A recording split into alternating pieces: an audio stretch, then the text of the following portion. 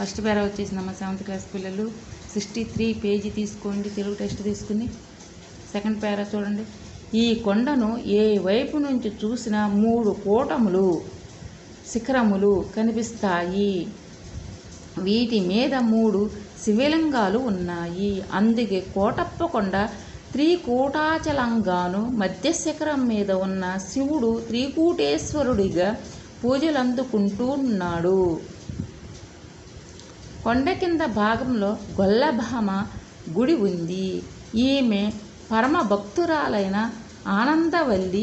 ఈమెను ముందుగా దర్శించిన తరువాత కోటయ్యను దర్శిస్తారు. స్థల పురాణం ప్రకారం దక్షయజ్ఞం తరువాత పరమశివుడు ఇక్కడ 12 సంవత్సరాల బాలునిగా అవతరించాడు. శ్రీ మేధా దక్షిణామూర్తి రూపంలో దేవతలతో నివసించాడని చెబుతారు. చదవండమ్మా 5 టైమ్స్. ఫస్ట్ పేరా చదివేశారా? సెకండ్ పేరా చదవండి 7th క్లాస్ పిల్లలు.